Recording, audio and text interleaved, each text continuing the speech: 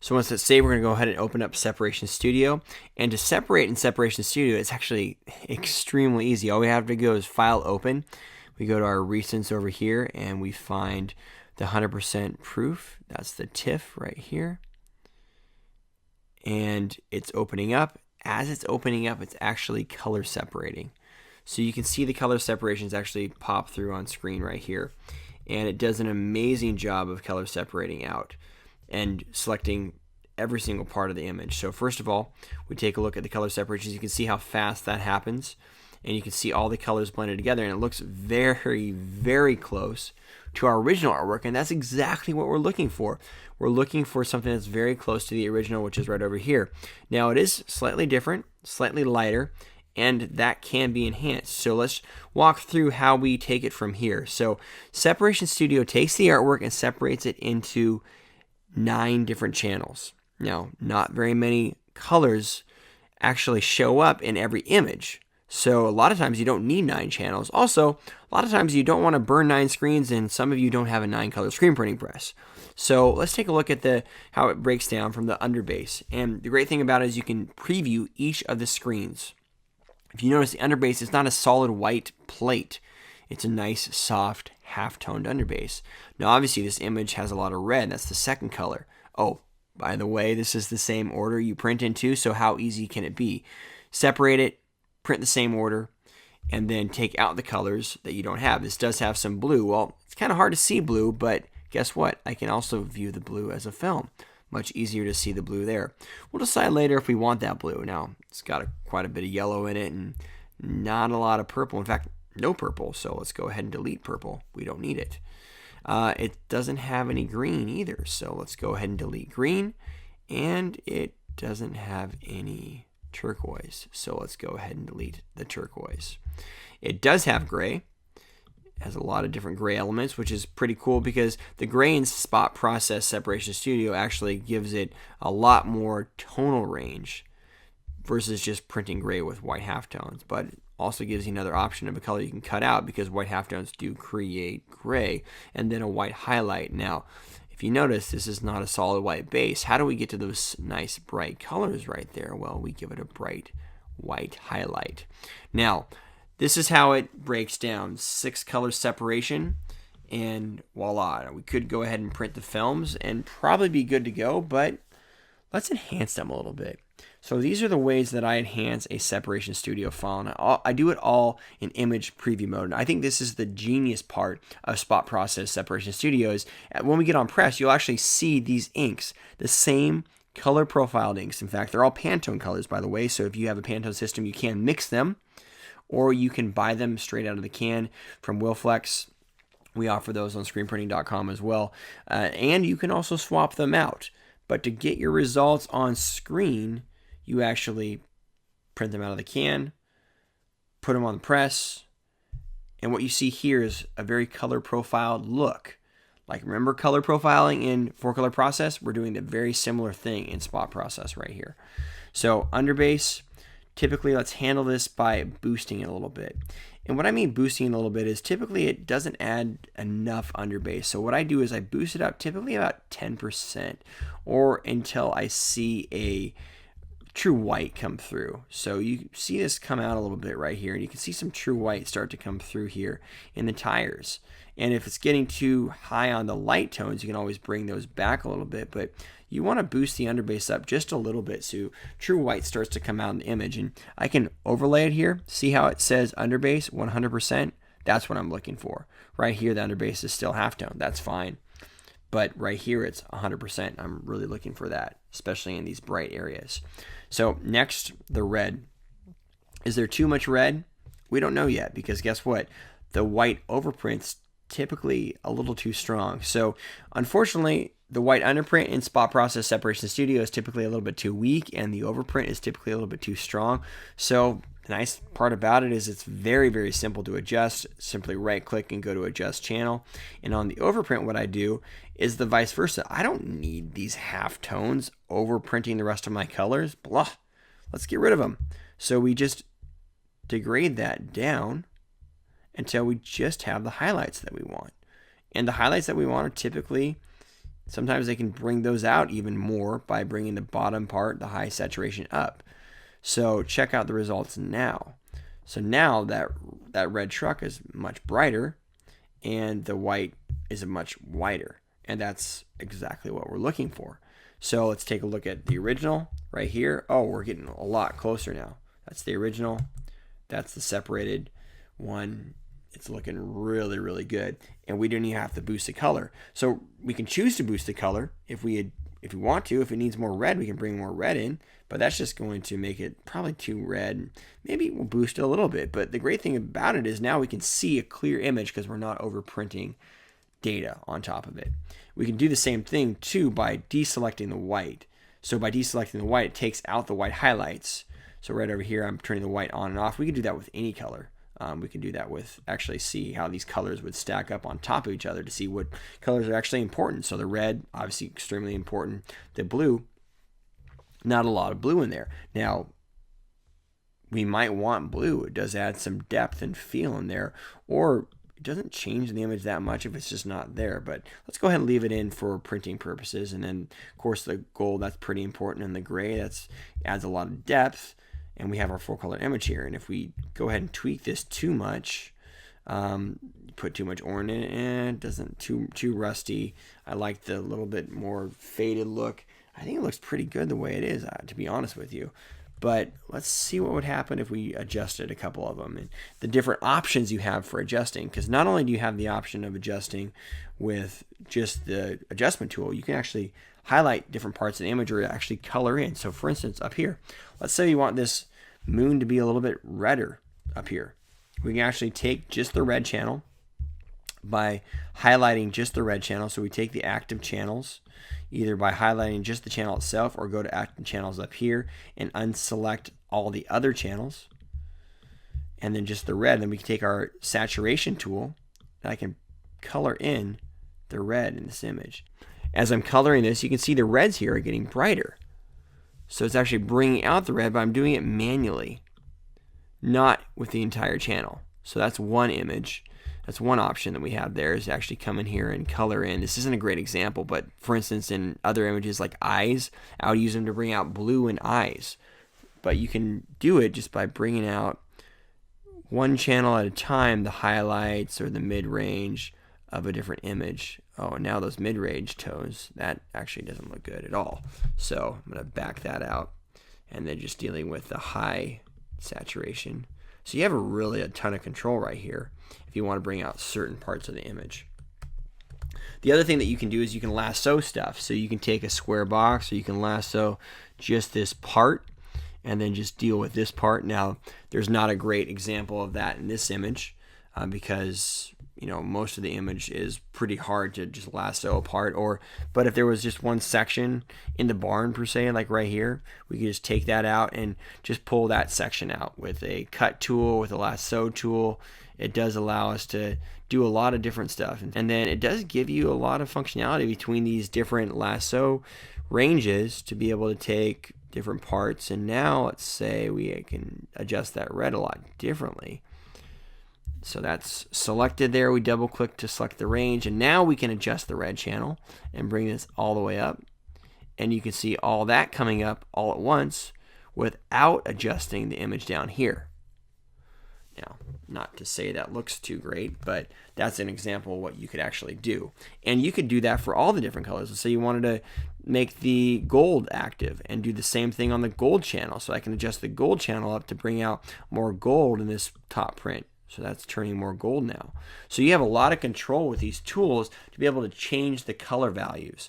And in fact, you can actually change the color themselves. So let's say this, blue, for instance. You don't want that blue to be there. You want it to be green. You actually go into the blue. You can double click it. By double clicking the color over here, you can change it to green. Simply hit save and now it's green. And now that's a green shade instead of a blue shade. So you can drop in colors, you can change colors, and you actually change the Pantone color values of those colors as well. So if you know the RGB code of a Pantone color, so let's say we wanted to change the red, we can go to custom, and we can plug in a different red RGB value or a different lab RGB. So just go to Google and Google lab to Pantone or Pantone to RGB, you can actually see those different results right then and there, which is really cool. And you can actually plug in and put different custom colors or out of the bucket colors and do your separations that way. So we're getting a little bit advanced. The point is that you basically have a lot of tools right here, not just addition tools. You also have erasing tools and desaturation tools right here. So if you added too much saturation or you wanted to simply erase part of a color, so let's say we didn't want red in a certain part of the image. So once again, let's highlight just the red right here. And we didn't want red in the wheel right there. We could come over here to our eraser tool, or select that. So just select the eraser and simply erase the red in that part of the image altogether. And you have, once again, a lot of control on how to do that. Now we don't have any red chrome dust in the center of our wheel right there. And it's all back to chrome or natural. So you got a lot of control out of Separation Studio. Here are just some examples of how you can deal with it or handle with it. And then you're done. You can see the color profiles. If you are changing the colors, you can find the equivalent RGB or lab values for the Pantone colors you're switching to, and even see those before you go to press. And from here, you can actually go and print a press proof. So save a color proof. This is a customer color proof. Customer 100% proof. We'll call it color proof. That's 100% right there. And we typically want to save this as a JPEG, something that they can view very easily. And the nice part about that is that's going to save in the same spot that we just had the other file. And it's a color-proofed version of that image. So let's see where we started out with, once again, and see where we ended, and see how close. So let's say a customer gave us this. We said, okay, we brought that to press, we took that to separations, and we ended up with that. And they said, dang, that looks awesome. Or they said, oh man, it looks like it needs a little bit more yellow. And we go in there and make the tweaks and then resend it to them.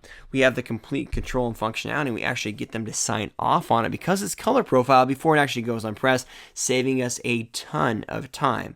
So Separation Studio, I think one of the coolest parts about it is the color proofing capacity. Not any other program lends itself to it. And we'll actually illustrate how Photoshop would color separate. There's a lot of plugins for Photoshop that does a pretty good job of color separations, but it doesn't color proof it. So when we're done separating it out of here, the one thing Separation Studio doesn't currently, though future versions probably will, is print the films and handle vector data. So we'll show you how to print the films. And we're going to save this as a EPS file.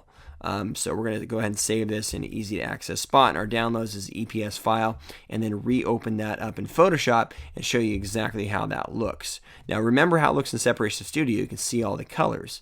Well, if we look at what happens in an EPS world, it opens it up and we see the separations. There's the 6 separations that we ended up with, but our colors are drastically different.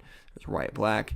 So let's go ahead and add a white underbase. So if we add a channel, new channel, black underbase, of course. We're going to go ahead and 100% opacity channel on our black underbase. Move that to the very top of the image.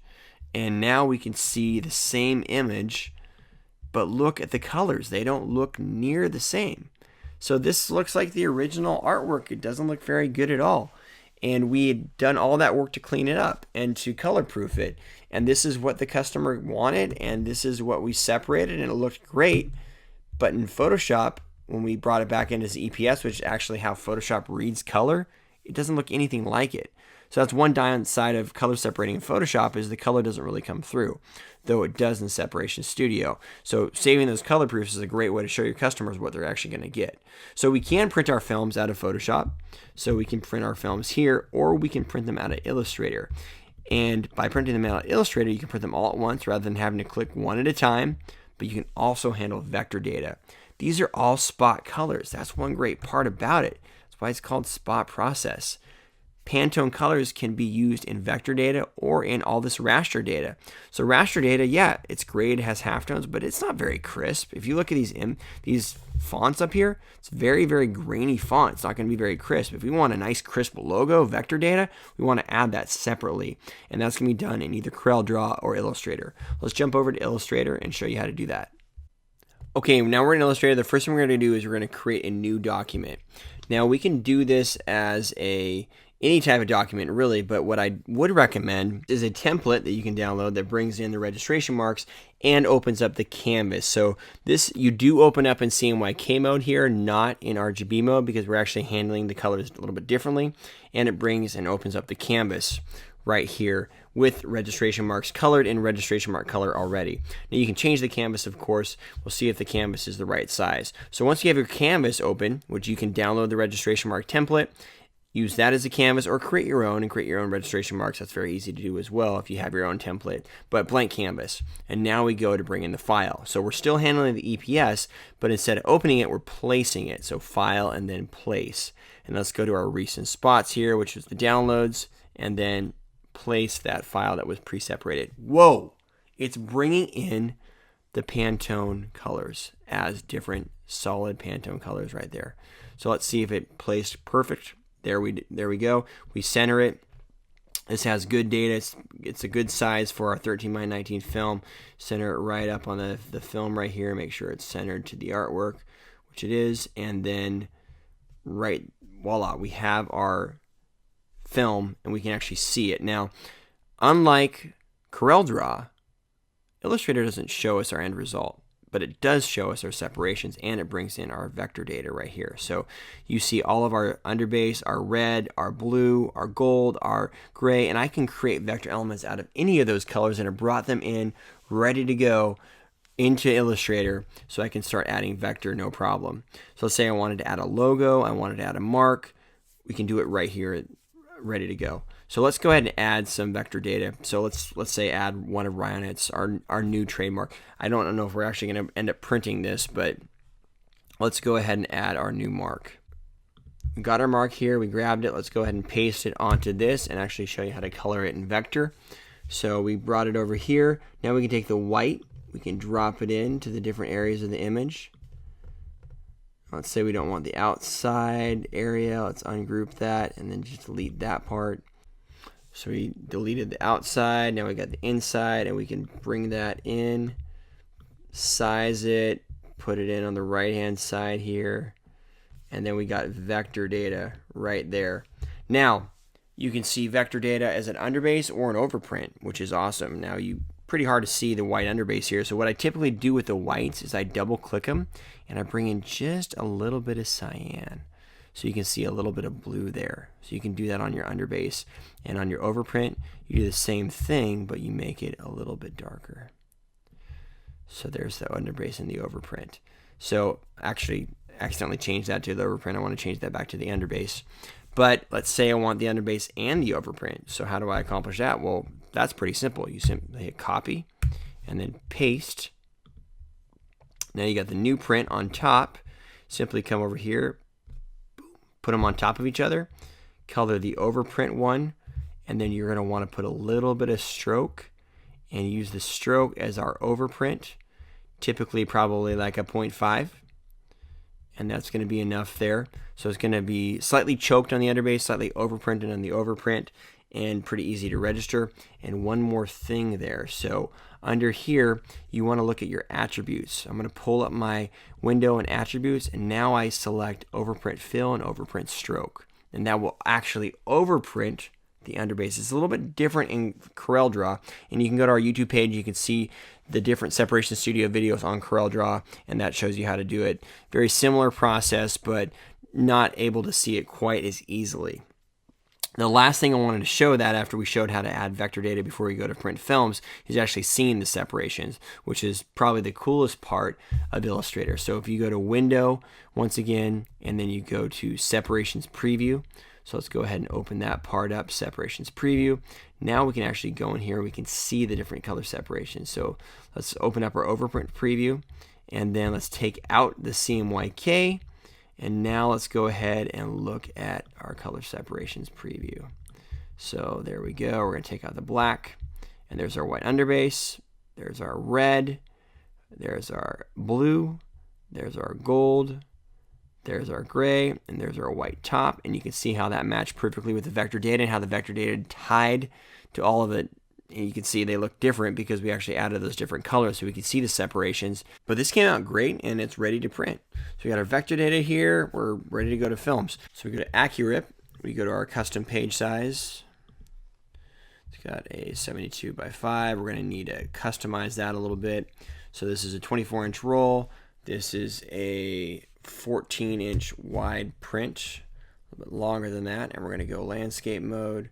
So actually change the mode on that. So go to page setup again, go to portrait mode, right like that, and there it is. Prints it all right there, side by side, 24 inches, wide, and pretty much good to go. We do need to look at our output, and this is where we select the composite to separations hot base and only printing the files that we want. So white underbase, of course, red, blue, gold, gray top, and then I'm not sure how this Pantone black, I think it was from that other part of that Ryonet logo outside that snuck in there, and we're good to go. We hit print once we have our AccuRip default set up, and it prints our films all right in a row. So now let's jump over to AccuRip and talk about our film settings. So we talked about how to separate the artwork. We talked about how to put your registration marks on if you are in Illustrator. Let's jump back to Photoshop, talk about 4-color process, and then back over here to simulated process to wrap this section up by printing our films so that we can go expose our screens and get on press and start making some money. Okay, so we're going to be printing halftones. So we're going to be using AccuRip to print those halftones. Now, we're going to use some settings in AccuRip and kind of show you how the functionality is in edit configuration, which is really the only thing that we're adjusting here is edit configuration, and we're adjusting our halftone configuration. We've got our printer set up. We're going to be using the Epson T3270 or the 1430. We have both right here selected, but we're really selecting the halftone, and we're really selecting the frequency. We'll talk about the angle in a second, but let's talk about frequency. And that's typically depending on the type of printing you're doing. And the LPI, obviously lines per inch, is also known as the frequency. That's what I'm referring to. And it's typically the screen mesh. So in the Screen Printing 101 classes, the Screen Print Experience classes, we talk about a 5 multiple, meaning if you have a 300 mesh, you're going to divide that by 5. And you're going to be using that 60 LPI as your max LPI. And that's typically what happens with 4-color process and simulated process printing. For 4-color process printing, we're using 305 mesh screens. So you're going to be printing a 55 to 65 LPI. For simulated process 230 mesh screens, 45 to 55 LPI. You can always go higher, especially if you have better quality exposure units, but that's typically where we'd recommend starting. So we're going to start with our 4-color process image at 55 LPI. And then we'll talk about the angle and the screen dot style, which you have a couple different selections here. So let's jump back into Photoshop and illustrate what's talking about here. So a lot of different types of 4-color process printing talk about what's called the rosette pattern. The rosette pattern is typically done in offset printing, in which basically creates an optical illusion of showing color kind of melding together to create these tiny little rosettes, as you see here, and making that color all work, giving your eye an optical illusion. But look at how precise this has to be. I mean, let's go ahead and change this and kind of show you just if your screen, because in offset printing, you have plates that are literally solid. It's printing on paper that doesn't move that much and pretty consistent and holds a dot very, very well. But when you're printing on a screen printing press and you have a lot of different variables like, oh man, start naming the different variables. You have like your screen tension, then you have your shirt, and then you have your squeegee pressure, and that's all different variables that you're going to have. Watch what happens if you're just slightly off. So that was the first, and now we're actually going to show what this would be. Wow. All of a sudden, this image that made sense, because all these little rosettes work perfectly, you're slightly off, and then you're more off, and you're not even close. So I actually recommend not printing the rosette pattern, even though you'll read about it a ton when it comes to 4-color process printing. You would want to typically print the flamenco method, which is something that Charlie, once again, from Spot Process Separation Studio, Freehand Graphics, taught us. And that's linear dots, meaning all single angle dots. And that means your dots stack instead of surround. And because this ink's typically transparent, stacking dots actually work pretty good together. I mean, think about it. Your computer printer doesn't stack around four color process dots when it prints CMYK images. No, it prints all the wet ink on top of each other. So by stacking yellow or cyan and yellow, you create green, or magenta and yellow, you create red. And it's naturally creating these colors by stacking dots, which is way easier to register.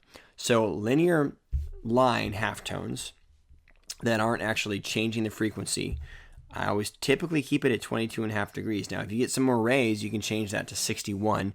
You want an offsetting angle, so typically 22.5 or 61 are good angles to use. And I also like using the round dot versus the ellipse, which is also quite common. Rounds expose better, they're easier to control. I mean, you can play with all these, and the rule is really there's no rules, and you could get some cool stuff out of FM lines or diamonds. But I typically stick with round if you're trying to replicate something. So you got 55 LPI here in round, and that's typically you're going to change. When you come to do spot process, you're going to change 55 to 45 and then hit OK. So let's keep that on 55, then we'll go to our films and add a couple more pieces of information that are important when you're actually outputting.